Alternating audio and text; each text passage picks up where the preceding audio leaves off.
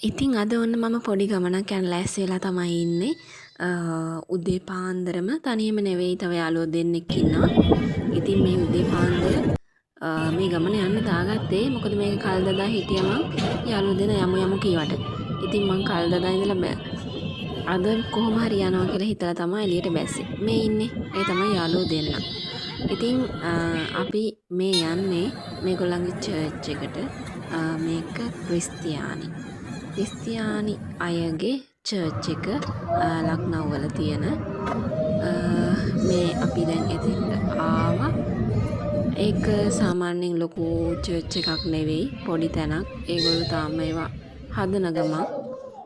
ඔන්න ඉතින් ඇතුළට ගියා. වැඩි වීඩියෝ කරන්න බෑ, කවුරුත් ෆෝන් පාවිච්චි කරන්නේ නැහැ.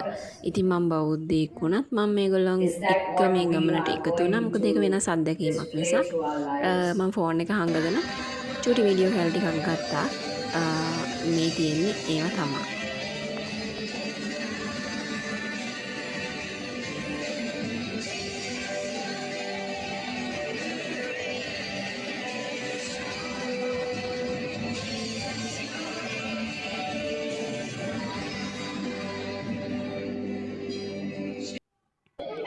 ඉතින් අපිට වැඩ ඉවරුණාට පස්සේ ඒගොල්ලෝ යාඥා කරලා ඉවරුණාට පස්සේ පොඩි සංග්‍රහයක් තිබුණා.